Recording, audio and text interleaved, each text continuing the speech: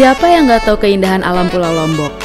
Mulai dari megahnya Gunung Rinjani, keindahan alam bawah laut, eloknya perbukitan, kehidupan sehari-hari masyarakatnya yang ramah, sampai merasakan kuliner khas Lombok yang lezat. Untuk memulai petualanganku di Lombok, aku akan ajak kalian untuk mengenal kearifan budaya suku Sasak yang masih terjaga hingga saat ini.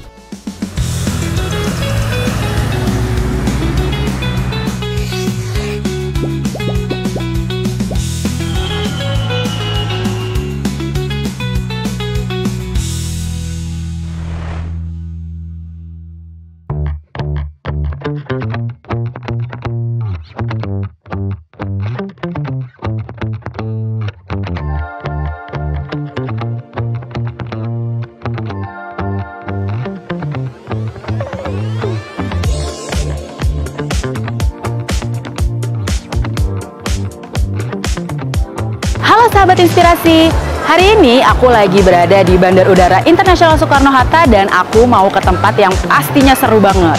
Penasaran kan aku mau kemana? Nantinya aku akan kasih rekomendasi ke sahabat Inspirasi tempat mana aja sih yang harus banget didatengin. Jadi ikutin aku terus yuk!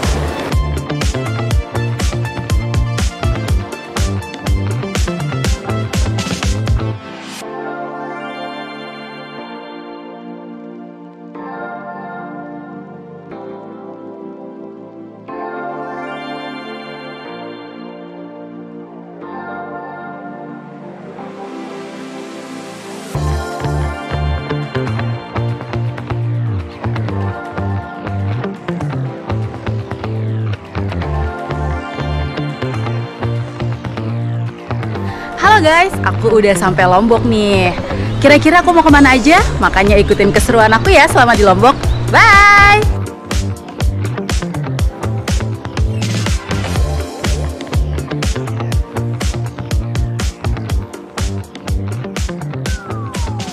Halo sahabat Inspirasi, aku sekarang lagi berada di Desa Rembitan, Dusun Sade. Nah, di sini tuh ada suku adat Sasak tertua di Lombok.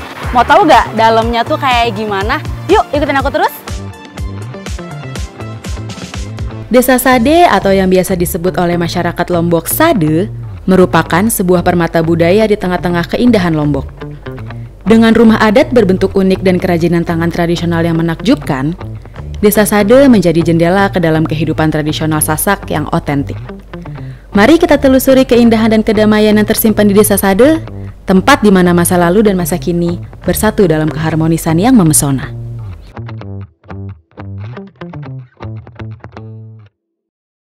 Halo Pak Karim. Apa kabar? Baik Pak, Bapak gimana nih kabarnya? Alhamdulillah baik sekali di pagi hari. Baik ya, oke Pak, aku mau eksplor nih di Dusun Sade ini. Gimana sih dari baju adatnya, dari sosialnya juga, apakah bisa? Bisa. Bisa nanti ya? ada tempat untuk pergantian atau kalau mau mencoba baju adat, boleh.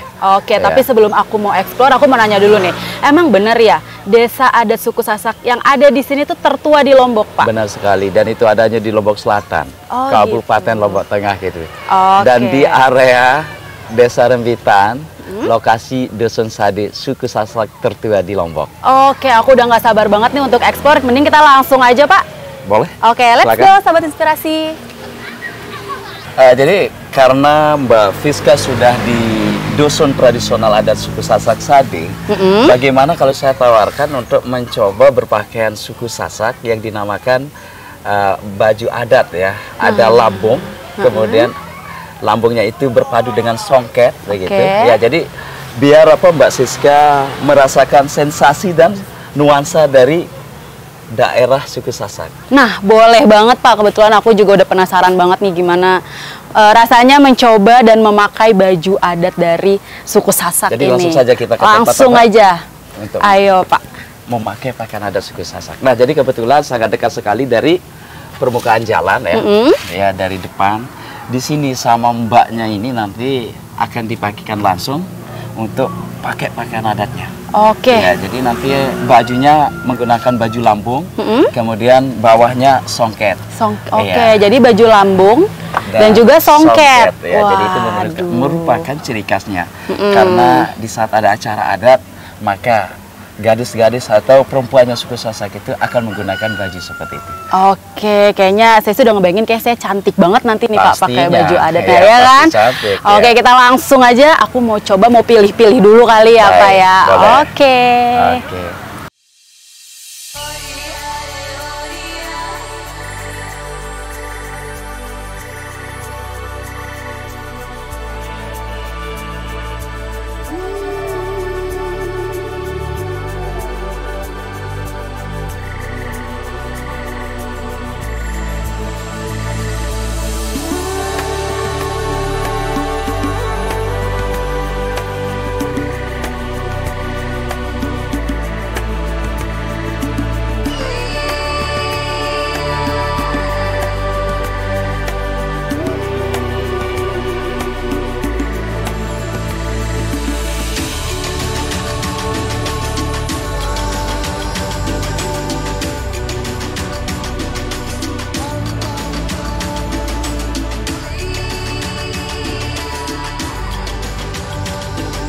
Nah, ini saya udah ganti nih Pak. Bagus gak nih baju adat? Oh, cantik sekali. Sekarang apa Fiska kayak bener-bener gadis Sasak. Yang kemarin Fiskanya gadis Jakarta, sekarang bener-bener gadis Sasak. Oh gitu cantik ya. Sekali. Cocok ya Pak ya? Sangat cocok sekali. Oke, nah ini boleh tahu gak sih Pak, baju adat ini dipakainya kalau ada momen apa? Di saat ada acara adat. Tetapi ada apa seperti nikahan lah. Terus ada acara sunatan. Baju ini yang dipakai sama Mbak Fiska ini, yang di kepala ini, kalau bahasa Sasaknya di sini Jowong. Jadi Jowong itu melambangkan kecantikan seorang gadis Sasak. Terus yang apa melingkar di ini, ya di dada ini adalah selendangnya. Jadi ini berpadunya dengan songket, ya, lambung, kemudian songket. Baju lambung, kenapa dinamakan baju lambung? Karena memang apa setengah dari tidak langsung ngelos ke bawah. Ya, kemudian songket ini merupakan ciri khas gadis Sasak ketika akan mengadakan upacara-upacara yang berbentuk sakral pun apa gadisnya harus pakai apa? Songket. Ya. Jadi seperti ini. Terus ngomong-ngomong dengan apa pakai pakaian adat seperti ini, Mbak Fiska gimana? Kalau saya ajak untuk keliling kampung, supaya seperti apa dari sebuah tradisi kami, kemudian dari apa segi bangunan rumah adat kami, nanti kita akan langsung saja ke salah satu rumah, tetapi dengan baju adat ini. Baju adat langsung ini. Aja Pak, saya juga ingin merasakan full ya jadi gadis dari suku Sasak ini. Ayo kita langsung aja jalan-jalan. Yuk. Nah, jadi di sini Mbak Fiska ya ada beberapa arah, bisa kita lewat sini untuk semua menuju ke puncak, tetapi kita lewat sini saja karena dari apa deretan lorong rumah semua sama. Dan apa di sini ya luas 2 hektar area dari perkampungan adat kami ini ya. Dan itu penuh dengan bangunan-bangunan tradisional. Tidak ada bangunan modern di area 2 hektar itu karena kami pada khususnya di sini suku Sasak ini tidak menerima bangunan yang beda daripada yang apa yang sudah ada. Ada 150 kepala keluarga atau rumah dan itu tidak nambah. Oh gitu, jadi dari dulu sampai sekarang 150 aja gitu Pak. Saja. Oke, dan semua bangunan di sini masih original ya Pak ya? Semua masih original, tidak ada bangunan apa modernnya dan semua bangunan lama. Dan itu yang kami lestarikan karena sekarang ini mulai tahun 1993 disahkan oleh pemerintah pariwisata dijadikan sebagai destinasi kunjungan. Sejak itu sampai sekarang. Dan kalau ada yang menikah karena otomatis Mbak Fiska ya ada yang menikah, tetapi bukan di sini untuk apa? Pestanya. Membangun rumahnya. Oh, untuk bangun rumahnya bukan di tapi pestanya di sini. Gitu. Kalau ada yang menikah. Tetapi untuk membangun setelah habis pesta, maka harus membangunnya di luar. Ya, karena tidak boleh lebih dari 150. Dan kalau di sini, misalkan yang apa menempati rumah warisan itu untuk anak laki bungsu. Oh gitu. Justru yang bungsu, anak laki sulung maupun kalau ada anak laki yang kedua ketiganya itu harus membuatnya di luar, membangun rumah di luar. Jadi khusus untuk diwariskan ke anak laki-laki yang bungsu. Benar ya Pak sekali. Ya. Ya seperti itu. Ya sambil jalan kita. Oke siap Pak, kita lanjut lagi. Jadi sekarang kita sudah sampai di salah satu rumah warga. Dan saya akan masuk di sini ya Mbak Fiska ya. Tetapi sebelum kita masuk saya memberikan informasi tentang bagaimana sehingga setiap bangunan rumah adat adanya di kampung kami ini rendah-rendah. Itu filosofinya ketika masuk menunduk. Dan satunya lagi, kepada Sang Pencipta kita selalu menundukkan diri seperti itu. Sehingga setiap bangunan rumah yang ada semua rendah. 150 kepala keluarga atau 150 unit rumah yang ada di kampung kami ini, semua bangunannya seperti ini. Hanya bedanya luasnya saja. Dan untuk lebih jelasnya, Mbak Siska silakan masuk ya. Yuk guys, kita masuk. Baik, jadi seperti inilah kondisi keadaan dari rumah adat kami. Ada yang mengatakan dari setiap pengunjung, ada yang mengatakan bahwa ini rumah ya. Ya, karena di rumah mereka ya sangat luar biasa bagus. Tetapi kita menjelaskan sebagai pemandu atau pelaku pariwisatanya, ini merupakan rumah adat tradisional kami. Dan kami mendapati rumah seperti ini begitu. Ya.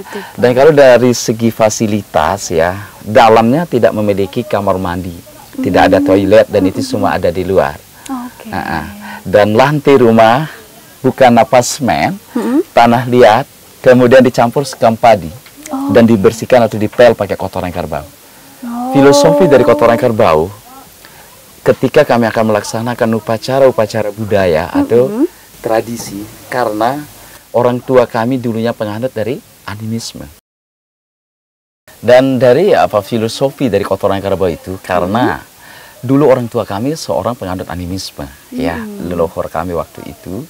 Jadi animisme ini sebenarnya Islam secara pengerjaan sholatnya, sedangkan secara budaya dan tradisi justru lebih ke Hindu. Ya, antara animisme, Hindu dan Islam kolaborasi. Kalau budaya dan tradisi antara animisme Hindu, jadi ketika kami akan melaksanakan upacara-upacara suci itu, maka rumah yang akan dipakai tempat acara harus dipel dulu pakai kotoran kerbau, lantinya baru dianggap suci dan bersih. Dan kotoran kerbau itu fungsi atau kegunaannya secara budaya dan tradisi kami sebagai penolak bala. Tetapi selain dari itu, kotoran sapi atau kerbau ini ketika untuk kesehari-harinya untuk membersihkan lantainya dari debu. Karena kenapa? Lantai tanah liat. Jadi kalau sering diinjak, maka debunya akan terbang gitu ya, Pak ya. Jadi cara kami untuk menghilangkan debu itu, maka kami harus menggunakan kotoran kerbau. Dan kotoran kerbau itu dicampur pakai air ketika akan dipoles secara merata. Jadi itu kami menjaga dari 300 tahun yang lalu. Berdirinya dari kampung atau dusun kami 300 tahun yang lalu. Dan dari 300 tahun yang lalu, kalau dihitung dari generasi sudah 15 generasi. Ya, dan dari generasi ke generasi ada tradisi budaya itu tetap ada, tetap kami jalankan. Tetap dilestarikan ya Pak ya. Baik, ini saya kagum banget nih Pak. Iya, tadi itu kita Indonesia bermacam tradisi, berbagai budaya. Jadi kami Sasak itu bertahan dengan tradisi yang seperti ini. Dari segi bangunan rumah juga sama. Kemudian satu semua membersihkan pakai kotoran kerbau. Tidak hanya satu rumah yang kita masuk, tetapi ini rumah yang kita masukkan ini bisa mewakili dari 140 rumah, 150 rumah yang ada, 140 rumah itu bisa mewakili dari satu rumah ini. Karena semuanya sama rata ya Pak ya, tidak ada kasta di sini ya Pak, semuanya sama rata. Kemudian Mbak Siska ya, ini ada ruangan depan namanya sesangkok. Jadi sangkok itu merupakan tempat menerima tamu dan fungsinya tempat tidur untuk keluarga, ruangan keluarga lah. Tempat tidur untuk bapak ibu juga di sini, anggota keluarga tidurnya di sini. Jadi itu fungsinya, karena kalau dari segi fasilitas kamar, di depan ini satu. Jadi pertama masuk langsung sangkok yang tempat menerima tamu dan dipakai tempat tidur untuk orang tua. Kemudian di dalam rumah lagi dua sekat kamar. Ada melahirkan, tempat tidur anak gadis, dan tempat memasak. Dan untuk lebih jelasnya kita masuk saja langsung ke dalam. Boleh, kita biar langsung saya aja. memberi informasi langsung ke dalam, silakan. Siap Pak.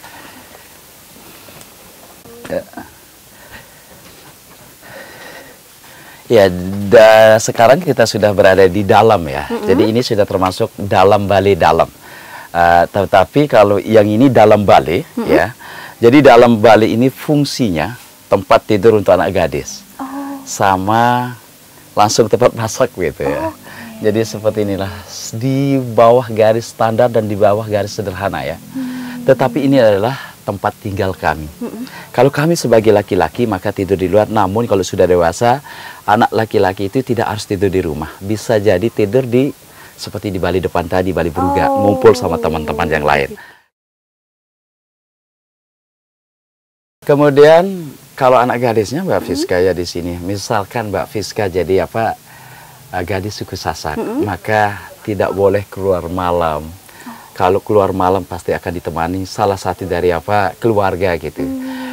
Jadi adat kami di sini masyarakat Sasak itu, kenapa anak gadis harus tidur di dalam? Jadi satu keunikan adat dari suku Sasak itu, menikah tidak boleh dilamar, tetapi harus dilarikan. Harus dilarikan, Pak? Dilarikan. Tidak dilamar ke pihak keluarga. Kalau kawin lari ini yang dinamakan merari. Merari. Jadi merari ini boleh sesama, bukan dari keluarga, bukan dari apa pihak keluarga, apa namanya, sepupu ya, boleh orang lain. Dari luar daerah pun boleh, karena saling suka. Itu kawin lari namanya. Tetapi walaupun saling suka, saling cinta, tidak diterima ketika ada yang ngelamar, karena itu bukan sebuah dari adatnya. Lebih terhormatnya ketika anak gadis itu dilarikan. Jadi si pemudanya memiliki perjuangan ketika akan mendapat seorang pendamping hidupnya. Oh, itu masih terus dilakukan sampai sekarang nih, Pak? Dilakukan sampai sekarang. Dan ada satu lagi yang lebih unik, kawin colik. Kawin colek, gimana tuh, colik. Pak? Kawin colik ini persepsinya, kalau kawin lari tadi saling suka, kemudian kalau kawin colik, yang namanya beroros kalau bahasa Sasak, memaksa gadis atau sepupunya itu. Tapi yang boleh memaksa harus dengan keluarga dekat saja. Dengan sepupu sekali itu yang boleh menculik. Karena kami berpacaran di sini, Sasak itu bukan satu gadis satu cowok, tapi satu gadis itu boleh beberapa cowok yang harus ngambil. Waduh. Nanti kita bersaing sama sepupu dekatnya. Kita yang disuka sebagai orang luar misalnya, atau bukan dari apa keluarganya, tetapi dari pihak apa cowoknya itu yang sepupu dekat, maka boleh memaksa dari seorang gadis. Oh gitu. Itu salah satu keunikan. Itu antara unik banget. Iya, antara dilarikan, diculik. Kalau kawin culik itu otomatis ada pemaksaan, tapi kalau kawin lari itu sudah saling mencintai. Wah. Ini unik banget sih, Pak ya. Saya baru dengar ya ada kawin lari dan juga kawin colek. Oke, luar biasa sahabat inspirasi. Wah, sahabat inspirasi, ternyata ada keunikan lain dari suku Sasak ini, yaitu kawin lari dan juga kawin culik. Benar. Nah, abis ini Pak Talib kita mau kemana nih? Masih kita jalan-jalan untuk explore ke dusun. Oke, siap. Jalan-jalan dusun. Langsung Tetapi Mbak Fiska, sebelum kita keliling, ada satu lagi yang belum saya ceritakan. Oke, boleh. Atau belum saya jelaskan tentang ada satu sekat kamar ini. Ini merupakan kamar untuk melahirkan. Namanya Dalam Bali Dalam. Karena melahirkan Sasak itu masih dibantu dukun. Kecuali tidak bisa diatasin dukun, maka boleh dibawa ke rumah sakit. Itu juga sampai sekarang masih dilakukan. Sampai sekarang masih dilakukan begitu. Jadi kamar yang di sebelah. Oh gitu. Baik. Jadi ada satu sekat untuk ruang persalinan gitu ya, Pak ya. Benar sekali. Oke, jadi sekarang langsung aja kita explore lagi. Siap. Awas Mbak Fiska ya, kepala.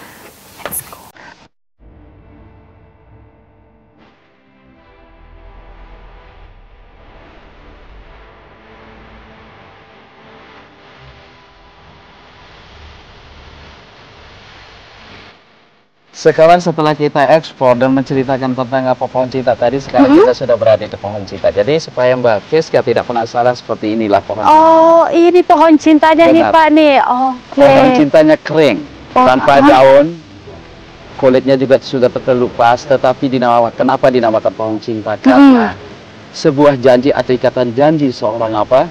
Dua sejoli. Dua sejoli yang akan mengikatkan cinta mereka supaya tidak terlepas. Maka mereka sebelum dilahirkan oleh mempelainya berjadi di sini. Wow. Cintanya setia sampai tua, tetap satu ya. Oke, berarti pohon cinta ini sudah menyaksikan berpuluh-puluh pasangan gitu ya, Pak ya.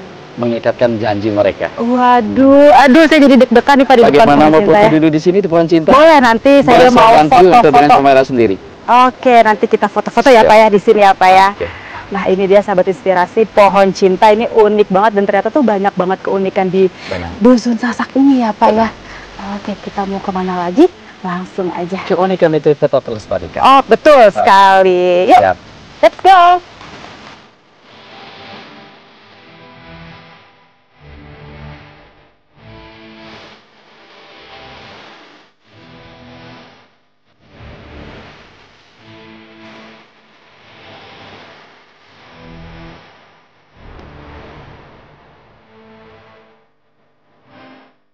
Baik, Mbak Friska, gimana merasakan suasananya? Sangat amat merasakan, Pak. Terus ternyata tuh dari sini tuh emang kelihatan semua ya, Pak, ya di sini ya. Jadi bisa tercover dari atas Betul sekali. Wow. Dan kelihatan sekali bangunan-bangunan tradisional dan mana yang bangunan modern itu sangat dua. Karena kami di sini antara Sade 2 sama Sade 1. Sade 1 yang masih bertahan dengan bangunan lama, bangunan tradisional. Kemudian kalau Sade 2 termasuk dikelilingi, Sade 1 ini dengan apa? Rumah-rumah genteng ini merupakan Sade 2 yang sudah modern ya, Pak ya. Dan untuk apa tempat kami bertani, Mbak Friska, sebagai masyarakat suku Sasak bertani langsung di luar sini. Jadi persawahan bisa langsung mentok sampai ke sana, itu milik apa kami sebagai masyarakat Sasak. Di bagian sini juga. Tetapi walaupun yang di luar ini sudah modern bangunannya termasuk Sade 2, namun dari segi adat, tradisi, dan budaya kami tetap sama. Hanya bangunan mereka saja yang beda. Ya, bangunan saja yang beda. Tradisi, adat, budaya. Dan untuk fasilitas-fasilitas yang ada juga kami sama memiliki. Hanya fasilitas dari apa rumah mereka. Mungkin kalau rumah mereka sudah memiliki kamar mandi di dalam. Tetapi kalau kami di sini suku Sasak ini, di dalam rumah tidak memiliki kamar mandi atau toilet. Itu semua ada di luar. Oke, guys, dari sini ya, guys, dari menara ini terlihat jelas semuanya rumah adat dari suku Sasak dan juga pertanian ya, Pak. Ya, itu sebagai juga mata pencaharian ya, Pak. Oke, keren banget, guys. Di sini bagus banget view-nya. Iya.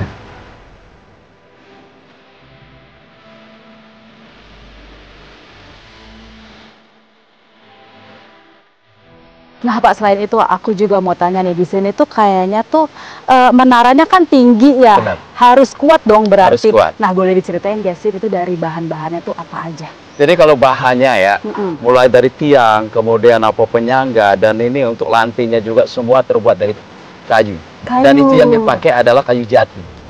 Kayu jati yang dipakai karena memiliki kekuatan mungkin lebih lama, dan kekuatannya itu lebih akan menahan begitu, sehingga kayu jati yang dipakai. Ya, tetapi kalau atap tetap sama dengan bangunan yang ada di sini, bangunan rumah. Pak. Jadi seperti itu. Dan termasuk kalau tali ini dia pakai daripada daun aren. Sebagai pengikat untuk tali atapnya. Dan ini kebanyakan slop ya, slop kayu dipakai sebagai pengikat atau penekan dari menyatukan ini. Oke, Pak. Wah, keren banget kayu jati. Dan kejauhan kita ngambil kayu jati ini karena Sasak itu tidak memiliki kayu jati, tetapi kita beli. Ya. Dan apa menara ini atau apa Plonggo ini bukan hanya sekarang, tetapi dulu. Tetapi kalau dulu sebagai keamanan untuk memantau suasana. Ya, jadi sebagai pos gambling lah. Jadi apa keamanan, tapi sekarang dijadikan sebagai spot. Karena suku Sasak Sade ini sudah lama dijadikan sebagai destinasi kunjungan pariwisata. Jadi yang ingin melihat secara bagaimana supaya dapat view lebih jelas, maka naik ke Plonggo atau menara ini. Plonggo namanya ya, Pak ya. Oke, dan menara ini pun juga pastinya dibangunnya dengan gotong royong tadi gitu ya. Karena semua apa yang harus kami bangun, apa yang kami harus renovasi, karena kami satu keluarga besar sehingga pekerjaan itu lebih cepat dan mudah, kami melakukan gotong royong. Itu wow, keren banget. Saya salut banget sih, Pak. Ini kuat banget juga nih. Guys, keren banget di sini. Kalian harus ke sini, pokoknya wajib banget ke sini ya.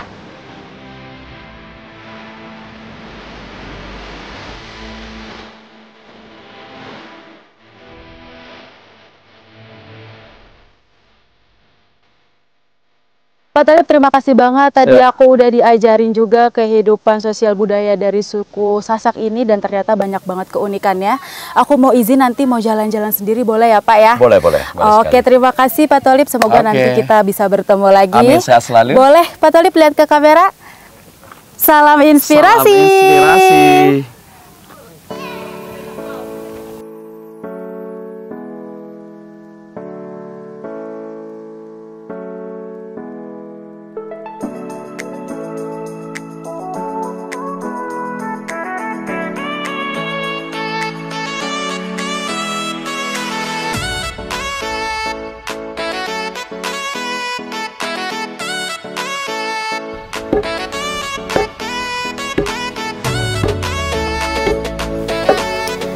Wah, Ibu, ini lagi ngapain, Ibu? Kopi. Oh, bikin kopi, numbuh kopi. Tidak kopi. Oh, Kopi sade Lombok. kopi sade Lombok. Aku boleh beli, Ibu? Beli satu Iya, harganya berapa? 15. Oke, aku beli satu ya, Ibu ya. Ya terima kasih Terima banyak. kasih.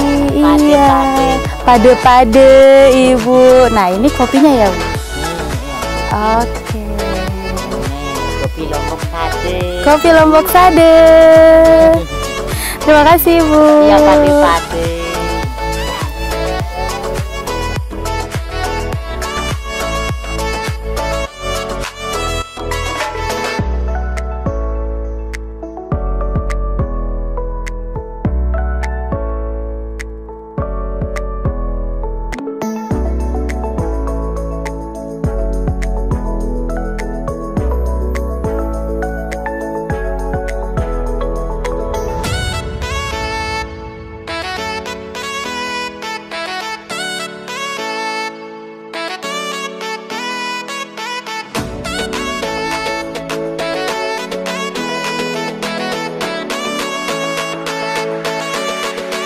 Nah guys, tadi aku udah keliling di Dusun Sade. Di suku Sasak ini adalah suku adat tertua di Lombok. Aku juga udah pakai baju adatnya. Ini adalah baju lambung dan juga kain songketnya. Aku penasaran sih, gimana sih cara bikin kain songket ini? Kalian juga pasti penasaran kan? Makanya aku mau ajak kalian untuk melihat bagaimana proses pembuatan dari kain songket. Makanya ikut aku terus yuk, let's go!